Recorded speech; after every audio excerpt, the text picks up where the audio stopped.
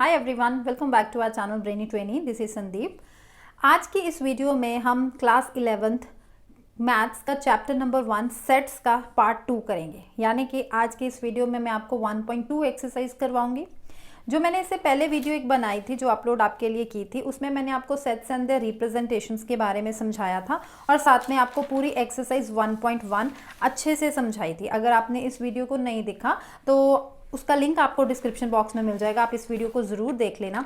आज उसी वीडियो का पार्ट 2 है जिसमें हम एक्सरसाइज 1.2 करेंगे, लेकिन उससे पहले टाइप्स ऑफ सेट आपको पता होने बहुत ज़्यादा ज़रूरी है। तो सबसे पहले करेंगे टाइप्स ऑफ सेट। तो let's get started to train our brain.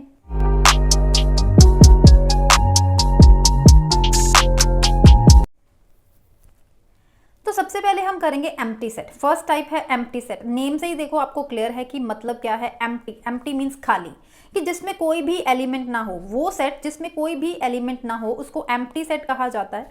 Empty set का दूसरा नाम नल सेट भी होता है, वॉइड सेट भी होता है। मैंने तीनों नेम्स लिखे हैं ताकि आपको कोई कंफ्यूजन क्रिएट ना हो। एग्जाम में अगर नल सेट या कोई कुछ वॉइड सेट लिखा आ गया तो आपको कंफ्यूज होने की जरूरत नहीं है, उसका मतलब एम्प्टी सेट ही होता है। अब एम्प्टी सेट को आपने लिखना कैसे है, या तो आप इस तरह से कर्ली ब्रैकेट डाल लें या ये साइन डालें, इसको फाई बोलते हैं।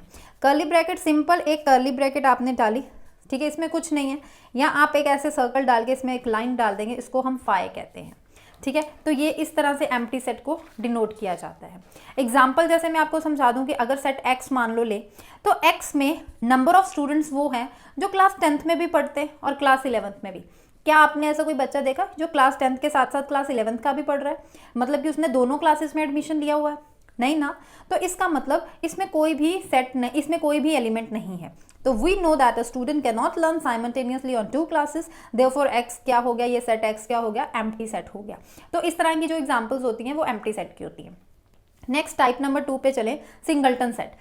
सिंगलटन सेट मतलब सिंगल। अब सिंगल से पता चल गया एक, मतलब कि वो सेट जिसमें सिर्फ और सिर्फ एक ही एलिमेंट हो, that is called the singleton set. Empty set वो जिसमें कोई भी एलिमेंट ना हो, सिंगलटन सेट वो जिसमें एक एलिमेंट हो। ठीक है, जैसे यहाँ पे x इक्वल्स टू एक ही, देखो लिखा चाहे एलिमेंट 2 है लेकिन एक है, काउंटिंग में एक ही एलिमेंट है, तो इसको हम सिंगलटन सेट कहेंगे। नेक्स्ट टाइप नंबर 3, फाइनाइट और इनफाइनाइट सेट्स। देखो नेम से सब कुछ आपको क्लियर है। फाइनाइट मतलब क्या होता है, जो चीज काउंट हो सके, और इनफाइनाइट जो काउंट ना हो। ठीक है, अ सेट जिसमें नंबर ऑफ एलिमेंट्स को हम काउंट कर सके, डेफिनेट नंबर ऑफ एलिमेंट्स कुछ हो, that is called the finite set, otherwise that is the set is infinite. अब एग्जाम्पल अगर मैं बोलूँ कि इंग्लिश अल्फाबेट्स में वॉवल्स लिखो, दैट आर फाइनाइट। अगर ऑल A to Z हमें सारे इंग्लिश के अल्फाबेट्स लिखने हैं A to Z, that are also finite. Number of days आपको वीक के लिखने हैं, दैट इज ऑल्सो फाइनाइट। लेकिन अगर वहीं हम बात करें कि नंबर ऑफ एनिमल्स लिखो इंडिया के पूरे के, या number of animals in the world लिख लो, तो नहीं पता ना, तो काउंट करने बहुत मुश्किल है, तो वो इनफाइनाइट में आ जाएगा। तो ये आपके लिए प्रॉपर एग्जांपल्स हैं। ठीक है, इससे आपको समझ में आ गया होगा फाइनाइट क्या होता है, इनफाइनाइट क्या होता है। तो अभी तक हमने 3 टाइप्स की, एम्प्टी सेट जिसमें कोई भी एलिमेंट ना हो, सिंगलटन सेट जिसमें सिर्फ एक एलिमेंट हो, फाइनाइट मतलब कि वो एलिमेंट्स जो हम काउंट कर सके, और इनफाइनाइट जो हम काउंट ही ना कर सके। इसके अलावा और भी एग्जांपल्स हैं, जैसे मान लो कि अगर हम ले ले मल्टीपल्स ऑफ 5, अगर हम ले ले मल्टीपल्स ऑफ 5 लेस देन 50। ठीक है, तो ये तो क्या हो गए, ये तो फाइनाइट हो गए, है ना, ये फाइनाइट हो गए। अगर हम ले ले एलिमेंट्स, कौन से एलिमेंट्स लें हम, नेचुरल नंबर्स के, नेचुरल नंबर्स। अब नेचुरल नंबर्स की अगर काउंटिंग हम करें 1 2 3 4 5 तो इन्फिनिटी तक जाता है, तो ये क्या आ गए, इन्फिनाइट आ गए। तो इस तरह की एग्जांपल्स होती हैं फाइनाइट में और इनफाइनाइट में। क्लियर। नेक्स्ट 4th टाइप पे चलते हैं। 4th टाइप है यूनिवर्सल सेट। यूनिवर्सल, अब यूनिवर्सल से वर्ड से क्लियर है कि सब कुछ उसमें आ जाता है। ठीक है, कि a set which contains all the elements of other set, कि दूसरे सेट के भी सारे एलिमेंट्स हम यूनिवर्सल सेट में डाल दें तो वो यूनिवर्सल सेट बन गया। जैसे मान लो आपके पास एक सेट x है जिसमें 1 2 3 एलिमेंट, सेट y है जिसके एलिमेंट्स हैं 3 4 5 7, सेट z है जिसके एलिमेंट्स है 5 6 7 8 9। अब इसको अगर हम यूनिवर्सल एलिमेंट सेट में लिखें तो यहाँ पे ये तीनों के जितने भी x y z के एलिमेंट्स हैं वो सारे एलिमेंट्स इसमें आ जाएंगे। ठीक है, जैसे ये 1 2 3 हमने लिखा, अब इसमें 3 4, अब 3 ऑलरेडी हम लिख चुके हैं, दोबारा नहीं लिखेंगे, तो 4 5 7 लिख देंगे। इसमें 6 मैंने लिखा है क्योंकि z में 6 है, 5 हम ऑलरेडी लिख चुके हैं, वो नहीं लिखेंगे, 7 लिख लिया, वो नहीं लिखेंगे, तो 6 को लिख लिया, और 8 9 को लिख लिया। तो सारे एलिमेंट्स इसमें जो यूनिवर्सल में है वो x y और z के हैं, तो that is called the universal set.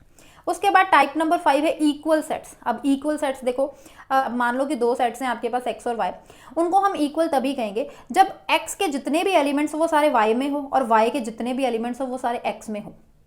ठीक है, तो उसको हम लिख सकते हैं एक्स इक्वल्स टू वाई। कैसे, देखो मान लो एग्जाम्पल है आपके पास एलिमेंट सेट ए, एलिमेंट है, देखो आपके पास, देखो मान लो एक एग्जाम्पल है आपके पास कि सेट ए है जिसके एलिमेंट्स है 1 2 3 4 और सेट बी है जिसके एलिमेंट्स है 3 4 1 2। अब देखो ये भी 1 2 3 4 है, इसमें भी 1 2 3 4 है, लेकिन इसको लिखा क्या है, ठीक है, ऑर्डर सेम नहीं है लेकिन एलिमेंट्स तो वही है ना, वही रिपीटेड एलिमेंट्स है, तो ए इक्वल्स टू बी हो गया। ठीक है, कि ए के सारे एलिमेंट्स बी में भी है, बी के सारे एलिमेंट्स ए में भी हैं, तो ये ए इक्वल्स टू बी, इसको हम कहते हैं इक्वल सेट्स। अब एक और एग्जांपल देख लो, मान लो एक सेट एक्स है जिसमें सेट ऑफ इवन नंबर्स है। अब सेट ऑफ इवन नंबर्स होते हैं 2 4 6 8 10 12, है ना, इस तरह से।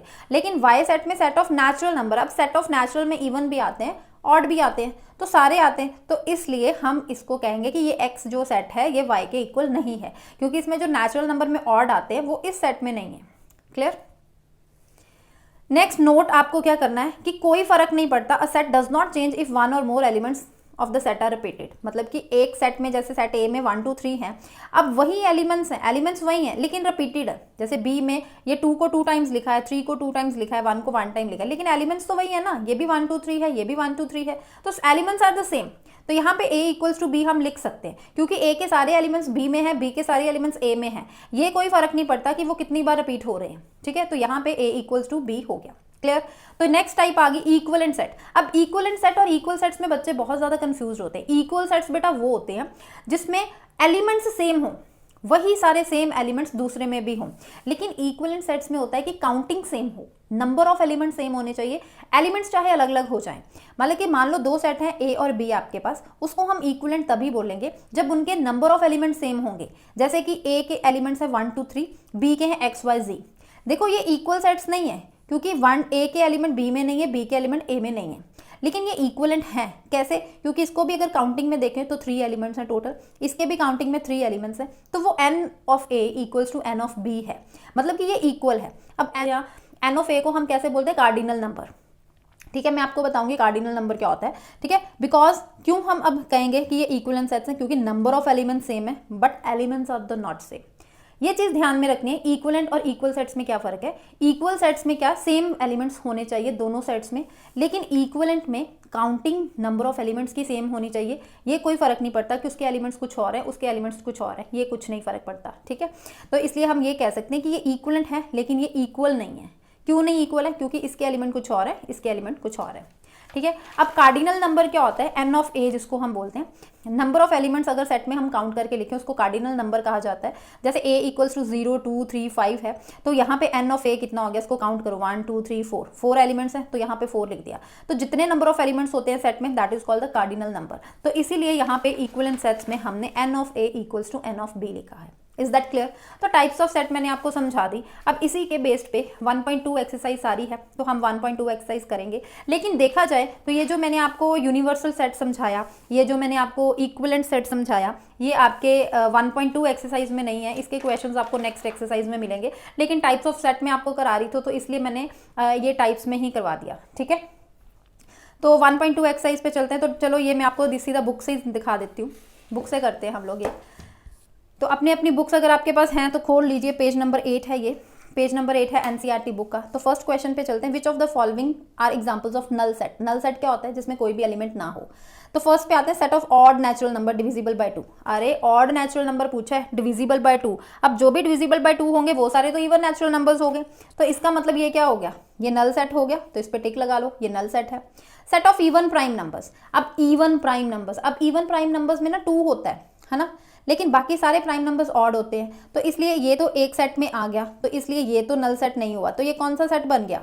ये कौन सा सेट बन गया? सिंगलटन सेट बन गया, क्योंकि एक ही एलिमेंट है ना। आगे है x एक नेचुरल नंबर है, तो x इज लेस देन 5 लेना है। अब x अगर लेस देन 5 लेना है तो 4 ले लो, 3 ले लो, 2 ले लो, 1 ले लो, डैश डैश डैश।